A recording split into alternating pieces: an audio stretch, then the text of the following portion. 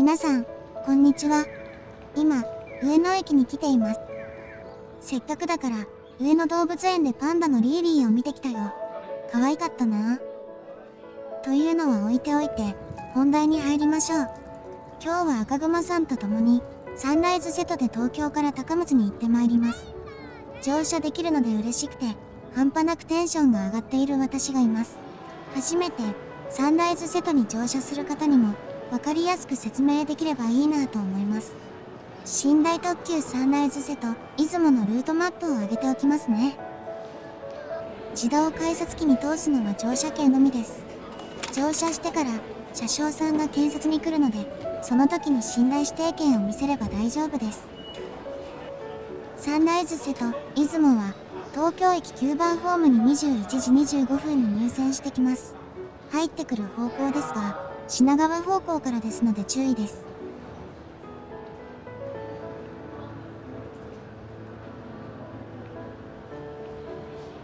4号車の乗車口には人が並んでいました。これはサンライズのシャワーカードを購入するためです。シャワーを浴びたいという方は並んだ方がおすすめです。サンライズ内には車内販売がありませんので、コンビニで調達することを忘れないようにしてくださいね。9番ホームに21時25分、サンライズ瀬戸、出雲の入線です。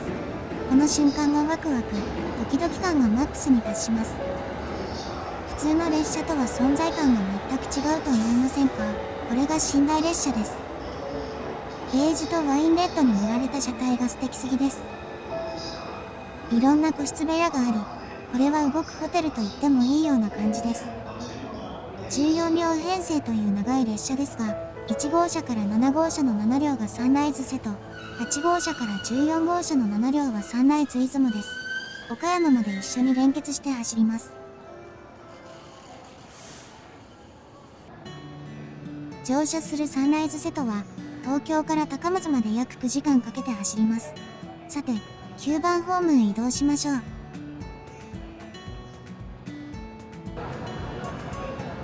さて、乗車いたしましょう。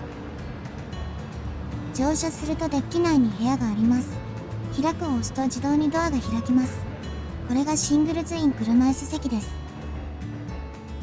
コンパクトながらうまく計算されたお部屋。これが今日の私の後ろです。シングルツインのお部屋はトワイライトエクスプレスにもありましたね。天井が高く狭いようで狭さを感じさせない空間です。東京駅で出発を待つ寝台列車のこの時間がもうたまりません。他のシングルツインも同じ構造ですので、このまま説明いたします。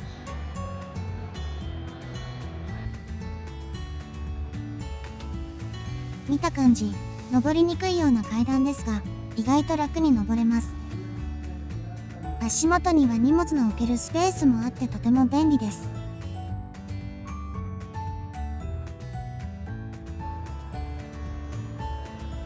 1階より絶対2階の方がベッド幅もあり、なんか落ち着ける空間でいいな。曲がったガラスからの景色もとてもいいです。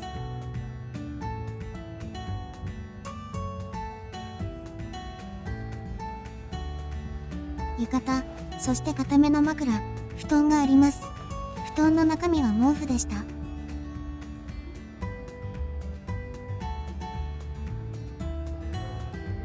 紙に包まれたプラスチックのコップが2個ついています。あと簡易ではありますが、ゴミ袋が引っ掛けてあります。1階の枕元には車内スピーカー、そして2階のカーテンを閉めるスイッチ、部屋の照明スイッチ、ヒーターの調整、目覚まし時計がついています。あと2階から1階にかけて送風口があり、切り替えで閉じたり開いたりできます。夏場はここから冷房が入ります。冬場は閉じておくといいです。部屋に車内のご案内のステッカーが貼られています。私は2号車に乗車です。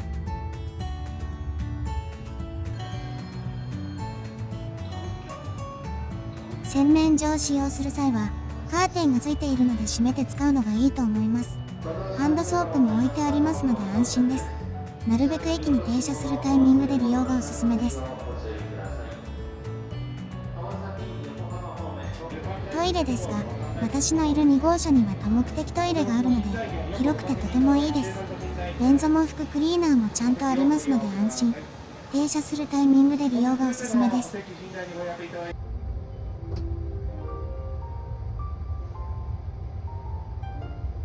寝台特急サンライズ瀬戸が東京駅を出発しました。これから約10時間の寝台列車の旅が始まります。ワクワク、ドキドキ感が半端なく込み上げてきます。嬉しい。皆さん、サンライズ瀬戸の旅、楽しんでまいります。行ってきます。都会から出発する長距離列車は、今から旅立ちますという雰囲気があり、とてもいいですね。東京駅を出発し、大都会、東京の夜のビル群を抜け、走るサンライズ瀬戸。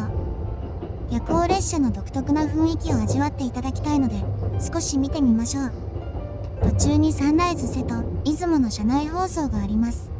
こちらも聞いてみてくださいね。あと、出発後、車掌さんが順番に検察に回ってきますが、もしシャワーやトイレ等に行っていて検察を受けれなくても大丈夫らしいので、安心して行ってきてくださいね。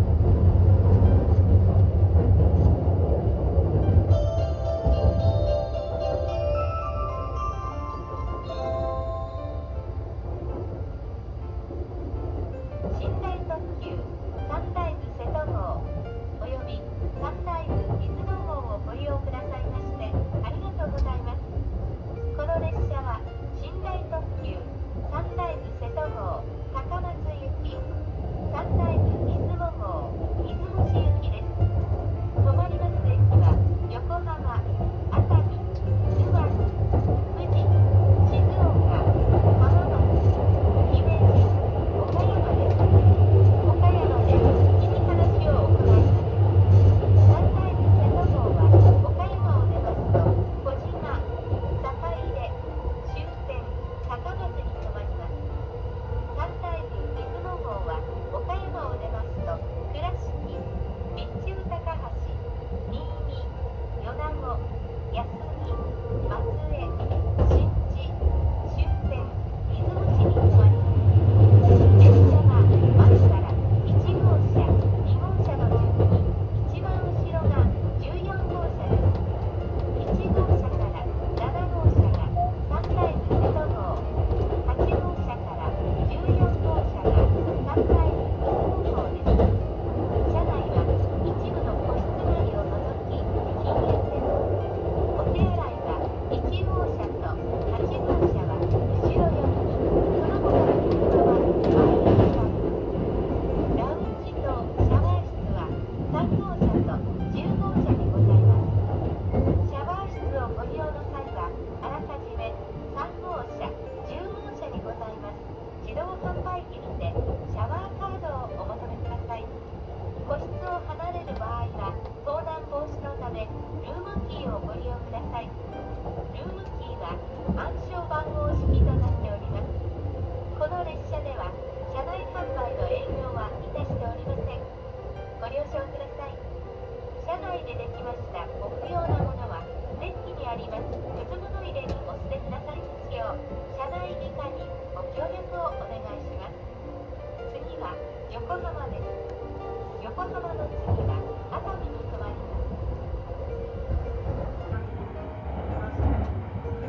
ます。新幹線の階層がサンライズと並走しています。いいところが撮影できました。なんか嬉しいなぁ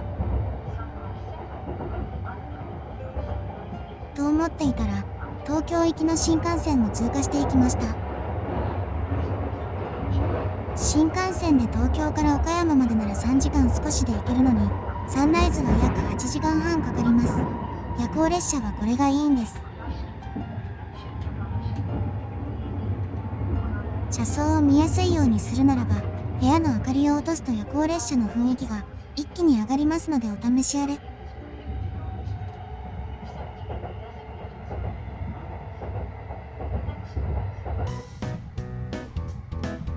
話が飛んでしまいましたが、2階のパネルの説明をいたします。2階にも枕元に電動カーテンのスイッチ、常夜灯、室内灯、そして目覚まし時計があります。ヒーターは下でしか調整できません。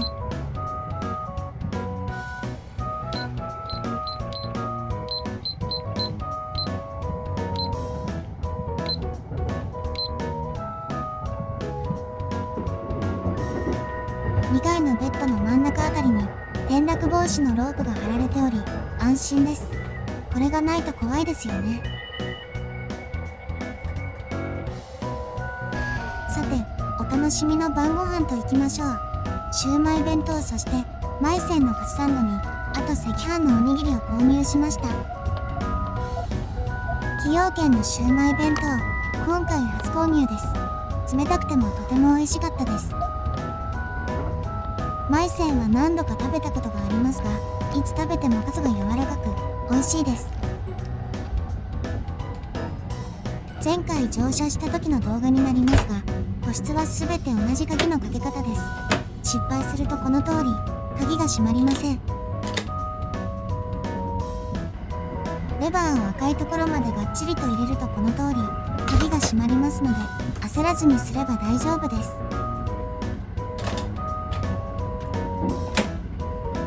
今度は外からロックする方法です。まずレバーを赤いところまでがっちり入れて閉めます。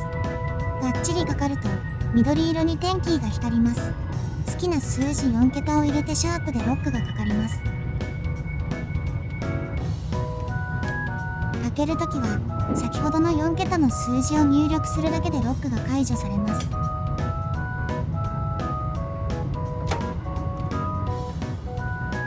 列車は熱海駅に到着。熱海駅で JR 東日本から JR 東海の乗務員に交代です。ホームには人っ子一人いなかったです。熱海駅の発車メロディーでサンライズ瀬戸の扉が閉まります。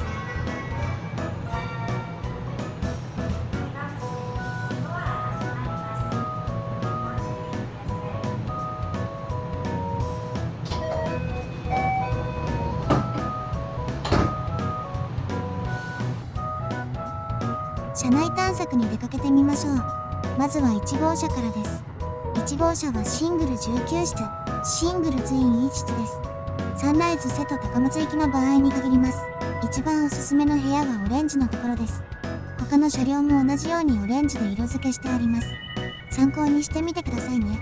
何がいいのかというと、ベッド向きが進行方向に向いていて、壁に背を当てて外を見ることができる場所なのです。あと、これが重要なところです。進行方向、左側が日の出が見れる側なのです。瀬戸大橋から見る日の出は最高です。サンライズ瀬戸の一番の見どころでもあります。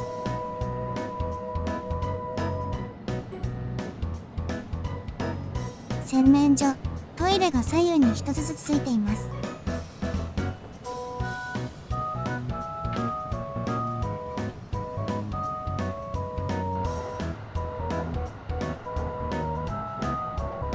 2号車です。こちらも1号車と同じ構造ですが、シングル20室、シングルツイン3室あります。13と14は平屋シングルという部屋で、天井が高いです。いいことはいいのですが、連結機と車輪に近いので、音がうるさいのがデメリットです。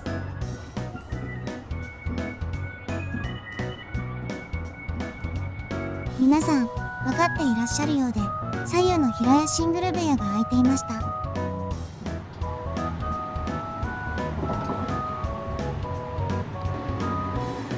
3号車です。こちらは個室では一番安く乗車できるソロです。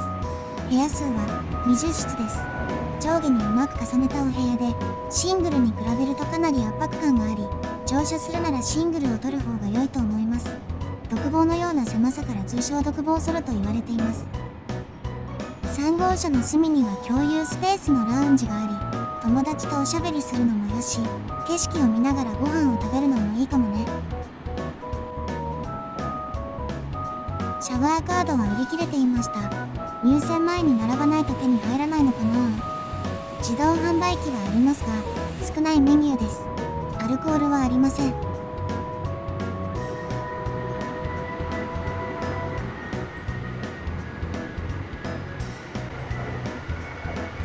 4号車です。サンライズの個室で一番良いお部屋のある号車です。上段に A 寝台シングルデラックス、下段には B 寝台サンライズツインというお部屋があります。シングルデラックスは洗面が部屋の中にある特別なお部屋で、専用のシャワールームもありますので、ゆったり贅沢な旅をしたい方におすすめです。サンライズツインはベッドが2つついていますので、夫婦やカップルにおすすめです。一つアドバイスを、喫煙室の隣の禁煙室は少しタバコの匂いがするので注意。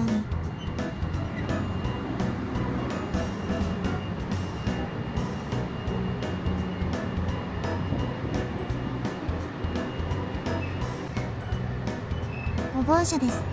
のびのび座席という雑魚寝タイプの部屋で、指定席特急券で乗車できるので安く利用できますが、やはり長い時間の乗車で貴重品は気になるし、落ち着いて寝ることができないので、私は安くてもあまり利用したくないですけどね。おすすめはシングルかシングルツインがいいと思います。コンセントは廊下に3箇所ありますが、清掃用コンセントなので本来こちらは使えません。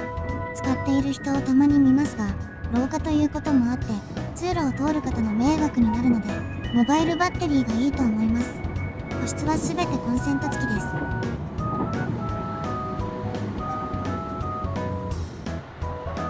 6号車です。こちらは2号車とほとんど同じ構造です。シングル20室、シングルツイン3室あります。けど喫煙者なのでタバコの匂いが染みついています。吸わない人は絶対に選んではいけない場所です。6号車に入るとすぐ分かりますが、うわー、タバコ臭いと思ってしまいます。6号車も左右の平屋シングルが開いていました。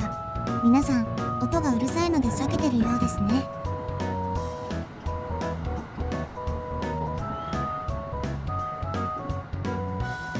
7号車です。この車両がサンライズ瀬戸の最後の車両になります。こちらは1号車と全く同じ構造です。シングル19室、シングルツイン1室あります。オレンジのところがおすすめの座席になります。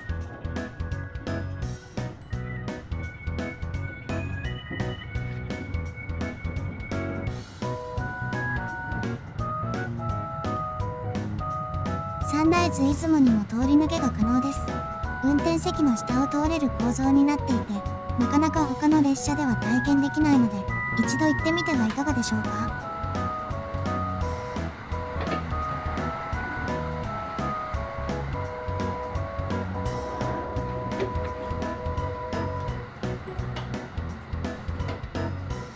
こちらがサンライズ出雲となります。A 寝台専用シャワールームを少し覗いてみましょう。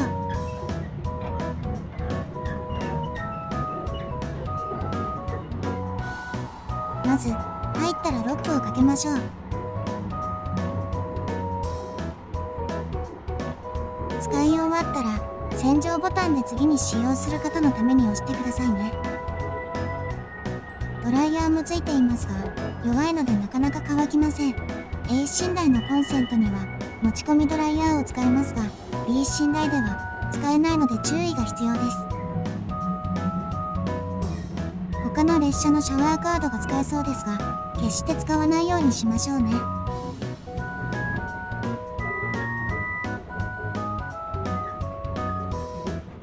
ボディーソープ、リンスインシャンプーはついています。他は自分で準備しておいてくださいね。0時18分、静岡駅に到着しました。これから先は4時間以上ドアは閉まったままです。そろそろ私も寝ることといたします。朝は三宮あたりから起きようと思います。では皆さん、おやすみなさい。おはようございます。現在4時51分です。三宮駅を越えたところです。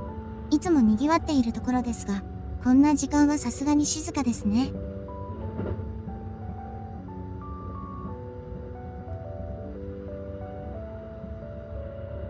5時1分、明石海峡大橋付近を通過しています。左側の点滅しているところが明石海峡大橋です。この時間なのでライトアップされていませんが、5月頃からだと見えると思います。時間だけでも参考にしてみてください。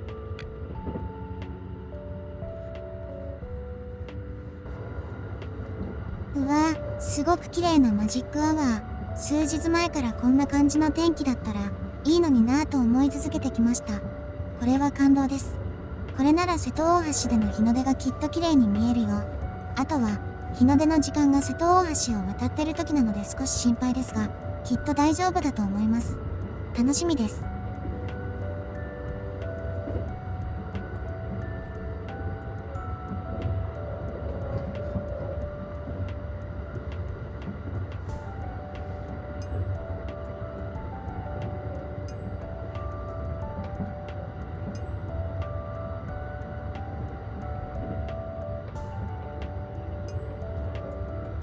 山陽新幹線の高架橋が見えてきました。まもなく岡山です。ご乗車ありがとうございました。まもなく岡山です。お降りの際は車内にお忘れ物のないようお手回り品にご注意ください。新幹線広島博多方面と山陽線、瀬戸大橋線、宇野港線、白美線、津山線、赤穂線、桃太郎線はお乗り換えです。岡山ではサンライズ瀬戸号とサンライズ出雲号の切り離し作業を行います。お乗り間違いのないようご注意ください。サンライズ瀬戸号およびサンライズ出雲号をご利用くださいましてありがとうございました。またのご利用をお待ちしております。Attention please. We will soon be making a brief stop at Okayama. Please be careful not to leave anything behind. Please change here for Shinkansen to Hiroshima and Hakata, and for the Sanyo, Seto Ohashi, Uno Port, Hakumi, Tsuyama, Ako, and Momotaro lines. At Okayama, Sunrise Izumo will be uncoupled from Sunrise Seto. Please make sure that you are in the correct car. Thank you very much for using the Sunrise Seto and Sunrise Izumo today. We look forward to serving you again. ご乗車ありがとうございました。まもなく岡山に着きます。サンライズ瀬戸号は6時31分の発車です。4分停車いたします。サンライズ出雲号は6時34分の発車です。7分停車いたします。お乗り遅れ、お乗り間違いないようお気をつけください。寝台特急サンライズ瀬戸号出雲号をご利用くださいましてありがとうございました。降り口は左側です。開くドアから手を離してお待ちください。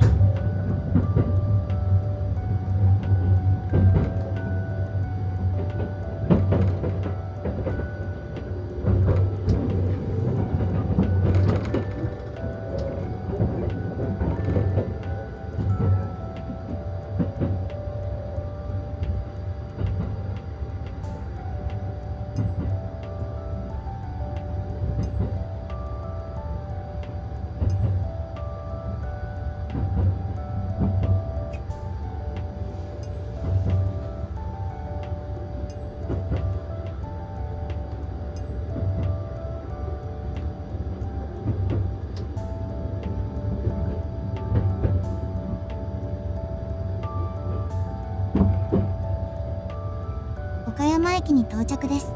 サンライズ瀬戸、出雲の切り離しが行われます。東京から9時間一緒に走ってきましたが、お別れです。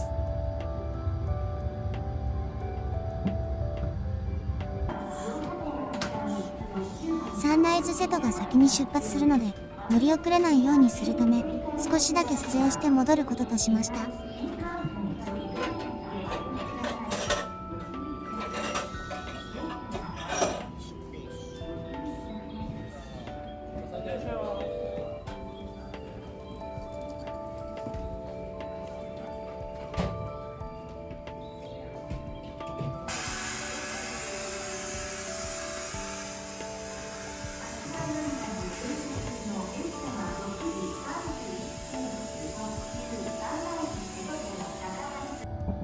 サンライズ瀬戸が高松に向けて出発しました。向かいのホームにはマリーナイナーがいました。これも高松行きです。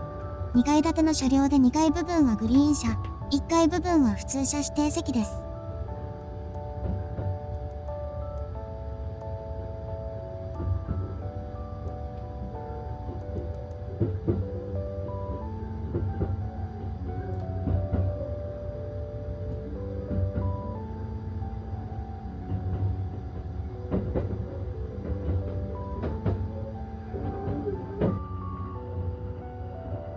雲一つない倉敷平野を疾走します。後ろには瀬戸内の島々が見え、最高の天気、そして最高の景色です。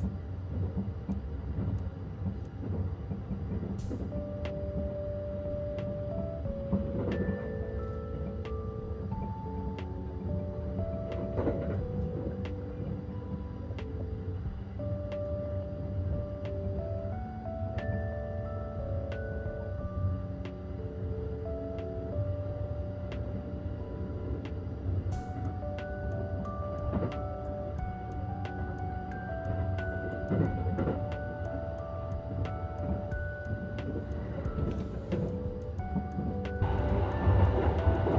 乗車ありがとうございました。まもなく小島です。小島の次は坂出に停まります。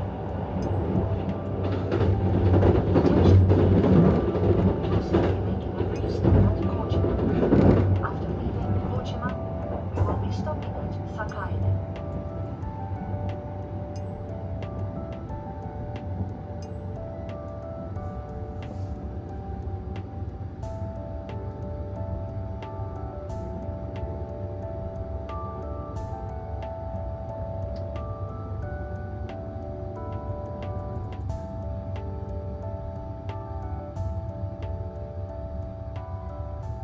小島駅で JR 西日本から JR 四国へ乗務員が交代いたします。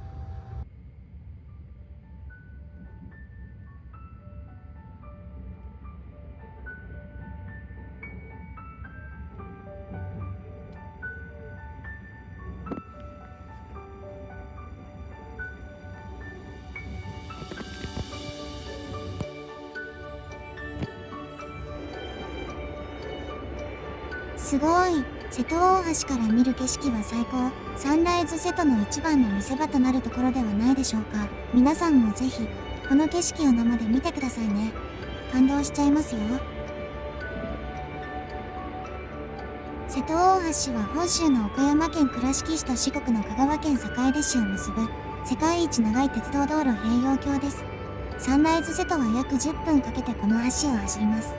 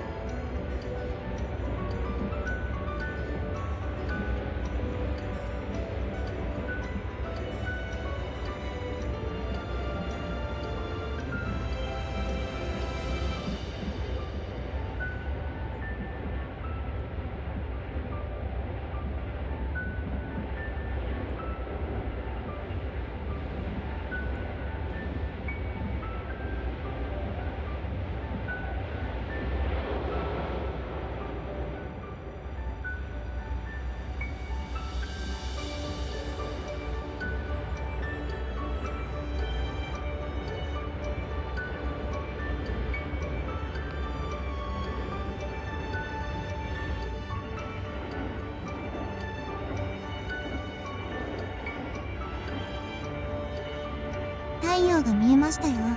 とても美しい景色に感動しちゃいます。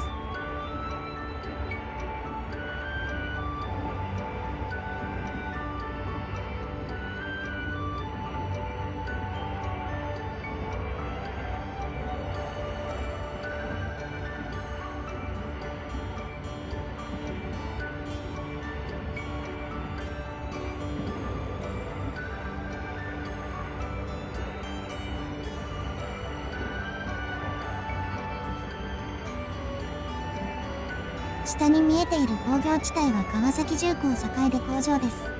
コンテナ船と LNG タンカーを製造する造船所であります。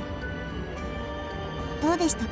瀬戸大橋市での景色はこんないい日に乗車できたことを心より感謝いたします。ありがとう。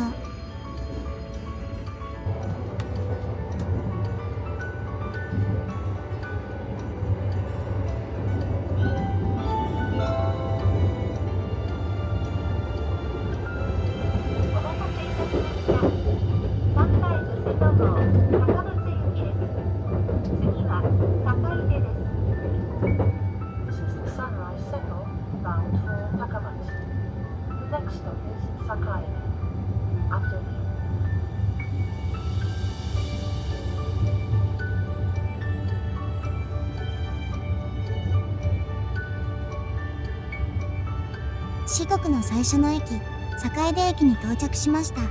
あと少しで終着駅高松です。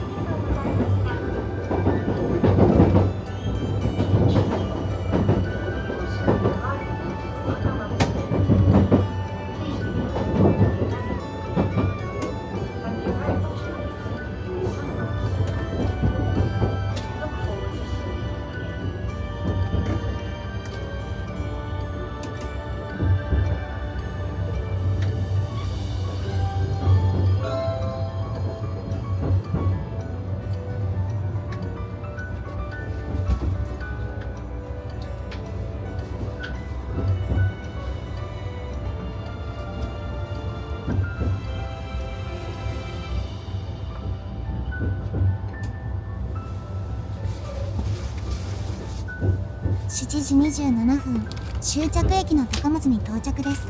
東京から約10時間、なんか長いようで短く感じました。それだけ良かったということなのかもしれませんね。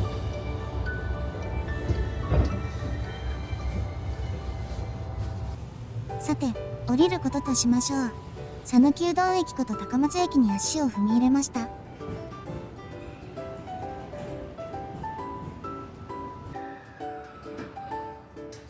東京から高松までを頑張ってくれたサンライズ瀬戸さんをお見送りしましょう。長い間お疲れ様でした。また乗車いたしますね。それまでお元気で。寝台列車の旅はどうでしたか？私は最高でしたよ。やっぱり寝台列車はとっても良かった。皆さんも寝台列車で素敵な旅をしてみませんか？改札口で乗車券だけ入れて外に出ます。寝台指定券は記念に取っておきましょう。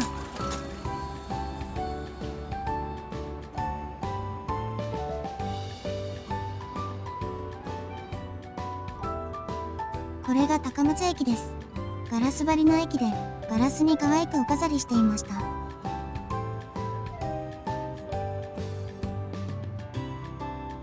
高松駅から徒歩15分のところにあるうどん坊にやってきました。私は高松に行くとここと決めています。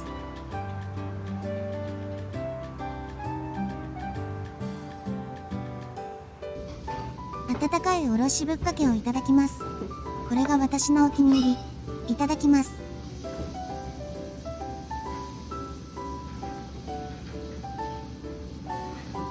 最高です。美味しかったな。うどんを食べ終わり、高松駅前にあるシンボルタワーの展望スペースからの眺めは最高でしたよ。今回の動画は楽しんでいただけましたか？ご視聴ありがとうございました。また次の動画でお会いしましょう。